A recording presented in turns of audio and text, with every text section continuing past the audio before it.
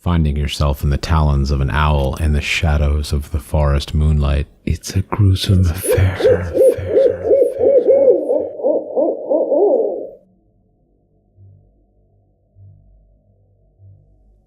I live down the street from a small community college. Once a month, they have a flea market that brings in people from all over. Most of the vendors are just small-time rag-and-bone men selling odds and ends, but there are a lot of unique things there. I've gotten a lot of cool knickknacks to decorate my studio apartment, and even some furniture. Sure, IKEA makes better looking things, but my stuff has history. I had a story. It had personality. I was always on the lookout for something neat to add a little flair to my living space when I stumbled upon a new vendor. I come to this market every month, and most of these guys knew me by name, but this guy was new. He was older. I'd peg him as in his 40s, handsome in a friend's dad kind of way, and had a warm smile. His looks drew me in, but his stuff, as in merchandise pervs, kept me there. He let me shop, and I was glad. I might be nice, but I wasn't too keen on talking with strangers. I often compared my personality to leftovers. It took a bit to heat up, but was great once it was. My best friend Alice called me Microwave, and the nickname kind of stuck. She had even addressed my last birthday card to Micro. While his stuff was cool, nothing had really been calling out to me. I was about to split when I noticed, buried under some old, or vintage, in a rag-and-bone man parlance, National Geographic, Playboy, and Sports Illustrated magazines, was a small gray electrical box. When I cleared away the mess, I saw there was an old-school microphone attached to it. It had an arced dial and what looked like radio signals, and half a dozen knobs and turners. It looked like something out of Fallout. As if on cue, the man walked over. "That's a Johnson Viking Ranger with a lollipop microphone," he said, assuming I knew what the hell he was talking about. "Want to say it's from the late 50s, early 60s. "What is it though?" I asked a little naively. He let out a small laugh, and I felt the blood rush to my chest. "Guess it's a little before your time. It's a ham radio set." He could see I was still struggling. "Like a CB radio, like something a trucker would have." 10-4, good buddy, he said with a laugh. I'm embarrassed to admit it, but I laughed at the dad joke too. He just had an easy charm about him that the laugh just came out to me naturally. "Collectors call them glow bugs because of the yellow light on the screen." "Does it work?" He shrugged. "No idea. Picked it up for $2 at an estate sale about 6 months ago. Looked it up online and thought it might be worth something to a collector, but no one has showed any interest. I just keep lugging it around from show to show, hoping someone will take it off my hands." I picked up the old microphone. It had some heft to it, and I pretended to talk into it. I tried to think of any trucker lingo I knew, but it was a short list. "Is Smokey on the road?" As soon as I said it, I felt embarrassed. I could not have been any more dorkier if I had tried. "Sound like a natural," the man said with a smile. "Yeah, you're entirely too nice," I said, putting the mic down. "You interested?" I wondered if there was any double entendre there, and decided I didn't mind if there was. I smiled. "I think I am." "How much you got?" I reached into my purse and pulled out $25. He nodded. "Tell you what, since you have such a natural talent and voice made for radio, I'll let it go for $5. I was stunned. "Oh no, that's too nice. You said it might be a collector's item. You can't let it go for so cheap." He grinned. "At $5, I'm making a $3 profit. Besides, it's one less thing I need to lug home." I handed over the $5, and he handed me the ham radio set. I made a mental note to return to this booth next month. When I got back to my place, I placed the radio on my desk and plugged it into the wall. I turned the volume knob until it clicked on. From the speaker, I heard the warm hum of static. It worked. I turned another knob, trying to find a band that had people on it. I scanned, but didn't hear anything. I got to a channel where the static stopped. I pressed the microphone and said, "Hey world." There was nothing. I was about to shut it off when someone did respond. "This is the emergency channel, ma'am. Did you need something?" No, sorry," I said before shutting the whole thing off. I grinned. It was kind of fun. Granted, I didn't buy it for the function. I bought it for the looks, but still, I could see the appeal. Alice did not. She came over later and stared at it. "So some dilf smiled at you and you bought a hunk of junk? Micro, this is why you live in a studio apartment. You need to be better with your money." "Shut up," I said. "It's cool looking." And I didn't say he was a dilf. I would never say that. No one should ever say that. Yeah. Just promise me you aren't going to hook up with some rando at the flea market." "I have standards, Alice." She just pointed at the ham radio. "Do you, though?" I laughed and threw a takeout menu at her. "Just pick something, huh?" I popped a bottle of wine and poured us a glass. It would not be our last. We picked some stupid rom-com to watch and vegged out on the couch. 2 hours and bottles later, we finished our movie. Feeling a little buzzed, Alice looked back at the ham radio and grinned. "What?" I said, knowing what she was going to suggest. "Let's talk to someone." "I don't really know how. The only channel I found was the emergency channel." "I'm pretty sure we can figure it out. Come on, let's get your $5 worth out of that thing." She walked over and turned it on. The yellow light glowed and we heard static through the speaker. She spun the dial to try to find another band. Not too much later, we heard people talking and she stopped. She nodded to me and then the microphone. I shook my head. "No." She shrugged and grabbed it. "Hey guys," she said. "How's it going out there in Radio Land?" After a beat, a man's raspy voice came back. "Hot damn, what's your handle, honey?" We both cracked up. There was only one answer. "Queen Bee," Alice responded. "And I'm here with my gal pal, Micro." I rolled my eyes. "Sounds like a bit more fun than what I'm doing," the raspy voice said back. "What's that?" "Riding the road, darling. Ever been in a big rig?" Without missing a beat, "I've rode one." The raspy voice man laughed and then started coughing. "I bet, baby, you got honey in your voice, Queenie. You near D?" Maybe not." "If you are, I got a stinger for you." We doubled over in laughter. Alice looked at me and shook her head. "I think this is like getting an analog dick pic." Just then, a more refined and, if I'm being honest, sexy male voice chimed in. "Don't be so disgusting, Ripper. Sorry, ladies." Alice gave me an approving nod. "And who might you be?" "On here, I go by Dash." I looked at Alice and shook my head. "Dash, really? Micro wants to know what's the deal with your name." "She can't ask herself?" Alice nodded in agreement and handed me the mic. I really didn't want to talk, but 2 bottles of wine took over. "What's the deal with that name? Isn't that one of Santa's reindeer?" Alice laughed and took the mic back. She shook her head. "And you wonder why you're single." But Dash took it in stride. "That would be Dasher, my dear. My name comes from my job, which requires me to be quick." I grabbed the mic and blurted out. "So, not in porn, I take it." Alice nearly fell out of the chair laughing. I wasn't far behind, nor, so it seems, was Dash. He had his laugh. It seemed familiar in a classic movie star kind of way. Like, I imagined Cary Grant or someone like that laughing that way. No, he said. "Although anything is possible, I suppose." "Future is unknown," I said between laughs. "Sometimes," he responded.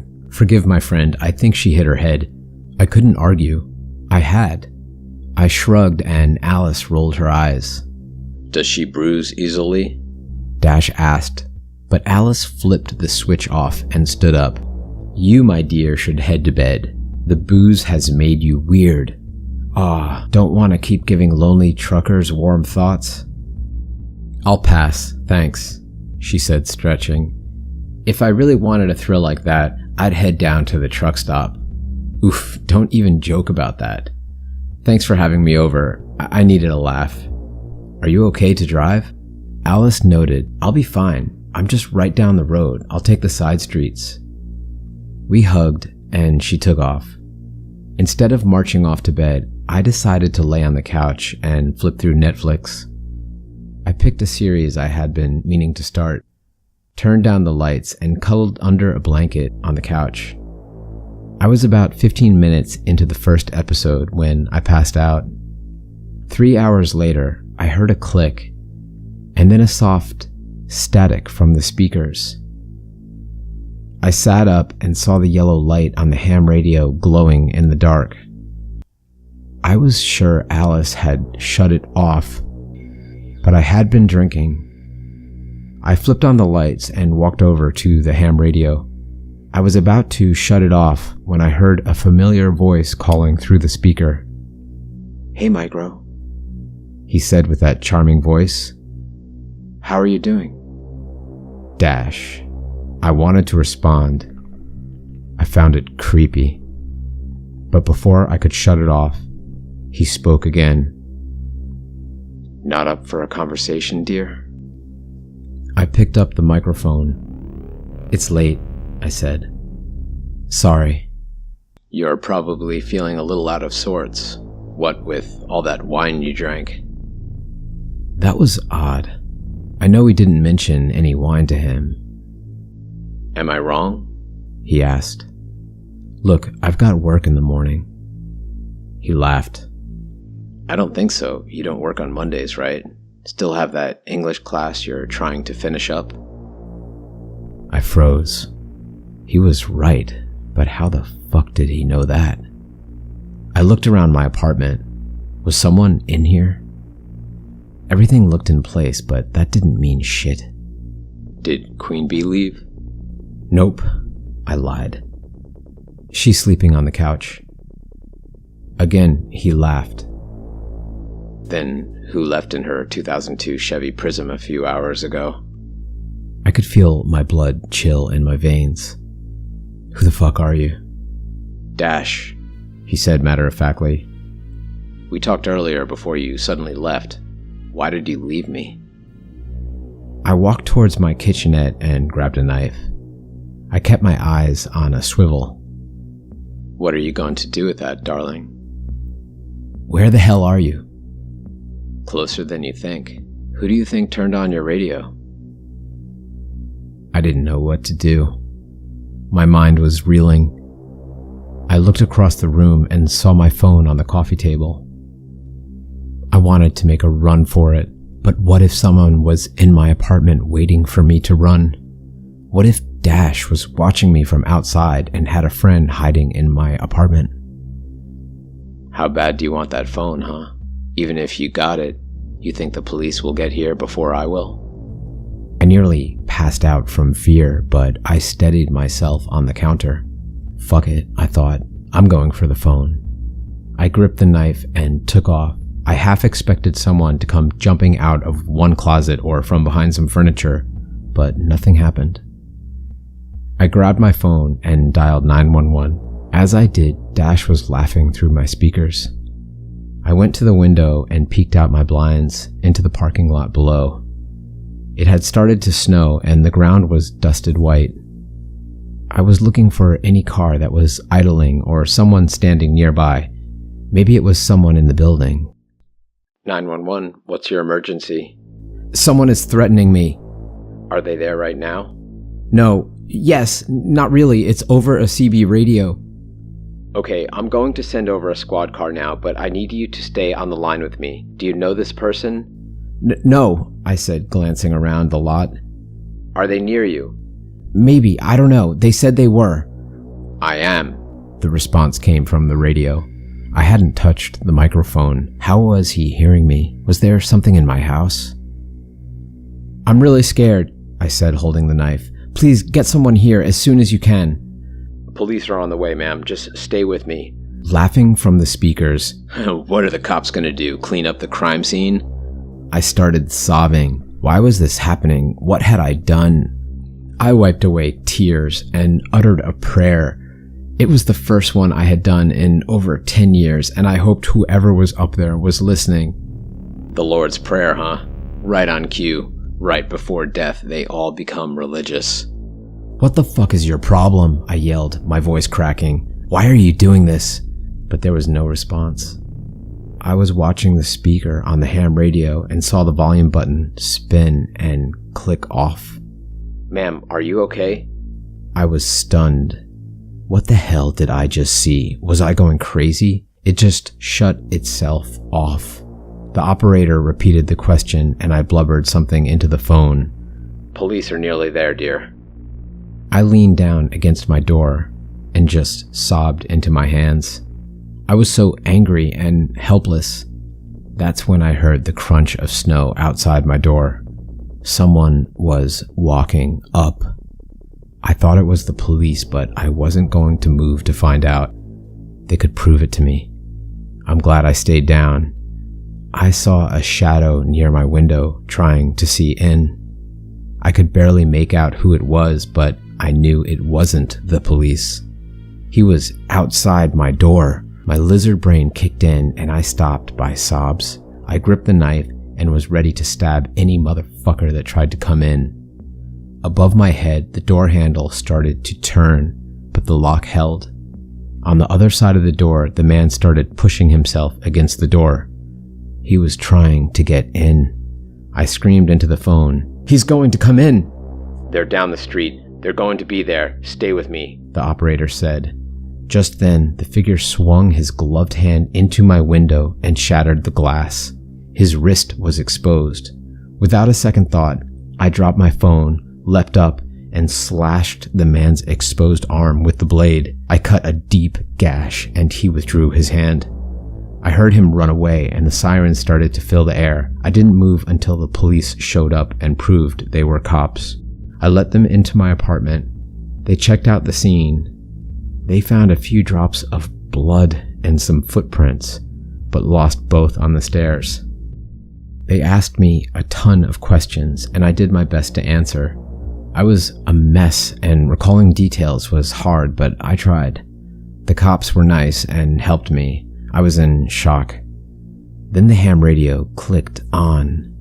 Everyone turned to the yellow glowing box. After a long beat, Dash spoke. It's called glowbug, honey. They're rare these days. Then he laughed and shut off the radio. That's when the tumblers clicked. The man at the flea market. I told the cops everything I could about him. They suggested I call a friend and stay over. They also wanted to take in the radio to have a look. Alice was at my house in 2 minutes flat. A week later, the detective assigned to my case gave me a call. He had some interesting information to tell me. He said after poking around, he learned that this kind of attack had happened a few times in the last couple months in the surrounding towns. With that tip, he had opened up the CB radio to discover that a microphone and a pinhole camera had been inserted inside and hardwired to the battery. The man had rigged something to turn on the power from a remote location. It was a high-tech gadget stuffed into a low-tech covering, a digital wolf in sheep's clothing. He was probably talking to you from a modern cell phone, the detective said. He could have been anywhere near you. What happened to the other woman he attacked? There was a pause. You're lucky you fought back. It's been months. I've since moved into a new apartment with a roommate and a big-ass dog. I stay away from flea markets, and it goes without saying that I don't fuck around with any bullshit ham radios. I don't know if I'll ever feel totally safe again, but I am working at it one day at a time. What terrifies me, though, is that this man is out there doing this to someone else, and there is nothing I can do to stop it. I've just tried to pick up the pieces and move on with my life. There was a cold chill in the air that morning. The friendly man tapped on the metal box centered with the junk pile and gave an easy smile. "They're called glow bugs," he said to the pretty young girl. "And I can let you have this one for next to nothing."